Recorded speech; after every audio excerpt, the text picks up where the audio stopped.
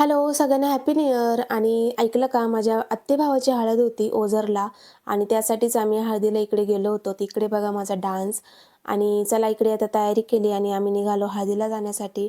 हळदीला परी, विरा, विधान, त्यानंतर साहिल, अश्विनी आम्ही सगळेजण गेलो होतो. परीचे पप्पा काही आले नव्हते कारण त्यांची काही तब्येत ठीक नव्हती. ऑलरेडी आम्हाला निघायला पण उशीर झाला होता कारण परी गेली होती स्कूलमध्ये. तिथून येईपर्यंत इकडे नवरदेव इकडे मंडपात आलासुद्धा होता. मग काय सगळ्यांनी त्याला अंघोळ घातली आणि इथे नवरदेवाच्या दाजींनी त्याला मंडपामध्ये उचलून नेलं.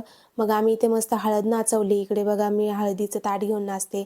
सगळ्या बायकांनी खूप एन्जॉय केला. इथे बघा किती पाहुणे आले होते. सगळ्यांनी हळद नाचवली. त्यानंतर इकडे नवरदेवाला हळद लावली.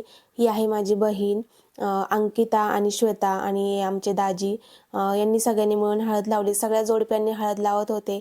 त्यावेळी ना परी आणि मी तिच्या पप्पांना खूप मिस करत होतो कारण की जोडीने हळद लावायची असते आणि ते काय आले नव्हते.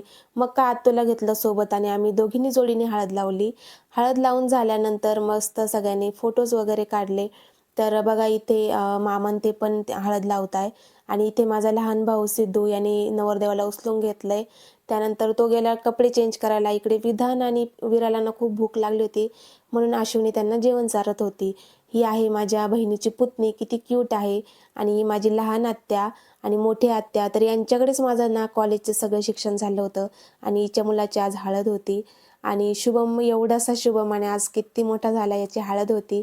खूपच वेगळं वाटत होतं आणि छान पण वाटत होतं. भाऊ किती पटापट मोठे होतात ना. आणि इकडे मग सगळ्या फॅमिलीने मिळून मस्त फोटो काढले. फोटो वगैरे झाले. जेवण झालं. जेवणात मामांनी सगळ्यांसाठी मस्त बिर्याणी केली होती. सगळ्यांनी बिर्याणी वगैरे खाल्ली.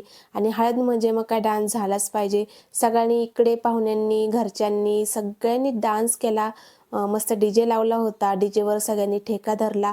मग आम्ही निघालो घरी जाण्यासाठी कारण परीचं दुसऱ्या दिवशी होतं स्कूल. परीच्या पप्पांची पण तब्येत ठीक नव्हती त्यामुळे आम्ही घरी जाण्यासाठी निघालो. तर भेटूया नेक्स्ट व्लॉगमध्ये. तोपर्यंत बाय बाय.